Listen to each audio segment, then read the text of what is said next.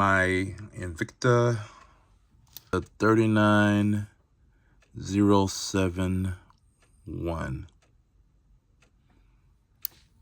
And I've learned how to set it and how to work it. This is actually one of the easiest chronographs I have. It's a lot easier than this one or that one. So in order to zero it, well, first of all, if you look here, this is the second hand.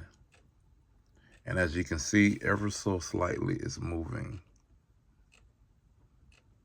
So this is the second hand, this is the minute hand, and this is the hour hand. So basically the way this works is, this works every second, this works every minute, and this will move every hour. That's the way it works.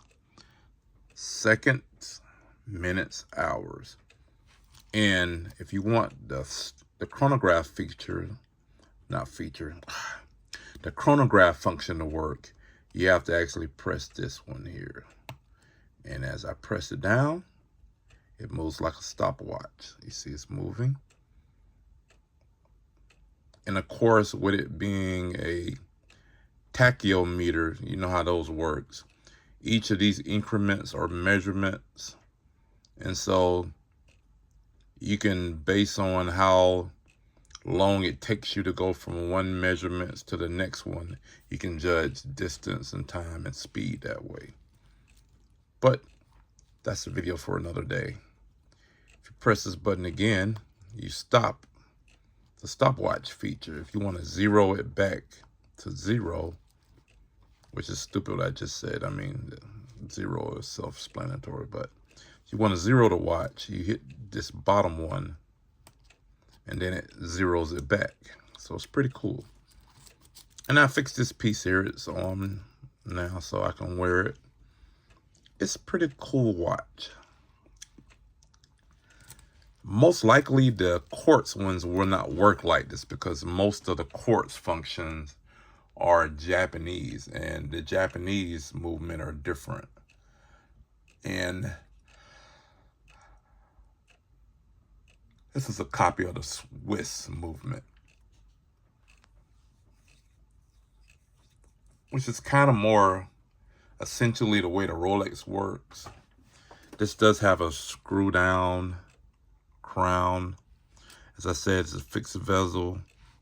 And as you see how these are like this, you're going to have to remember, if you're actually lucky enough to get one of these, you're going to have to screw these down, because as long as these are up, the watch will let water get into it. It's not going to be waterproof. If you look at these, like for instance, I'll show you the one that has a Japanese movement. This is strictly push. So if you notice that, if I were to, can I do it here? So you see that, how that chronograph is working now? Let's see, can you see the function? Wait. Okay, yeah. See, you just have to push it. This is actually faux. You can't, if you press down on it, it doesn't actually do anything. On the other side, you actually just press down on it. I said press down on it. I meant to say if you actually try to screw it down, it doesn't do anything. These are fixed. You just press the button, and it has a seal in here to keep it watertight. And this one is essentially the same way. If you look at it like this one here. All these hands do move. They're minutes, seconds, hours.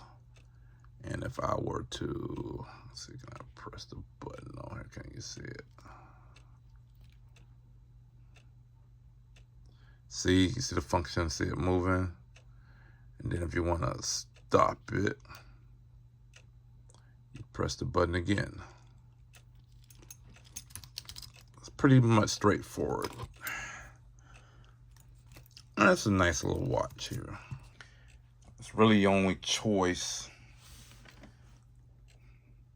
The next kind of, for a chronograph, the next step up would be something like a Seiko. But as I said before, you're looking at about $3 grand. And there are the other no-name brands, ones that you can buy with a Chinese movement, that you can buy from, I think, AliExpress. They have some decent ones, but the waterproofing really isn't that great. I believe this one's up to rated for 200 meters.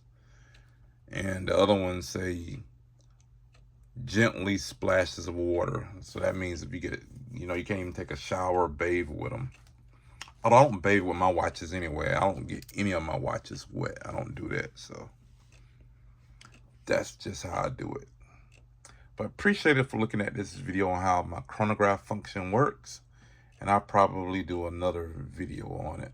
I haven't had it long enough to do a review, but we shall see. With that being said, please subscribe to my channel. Please like my video. And I will see you later.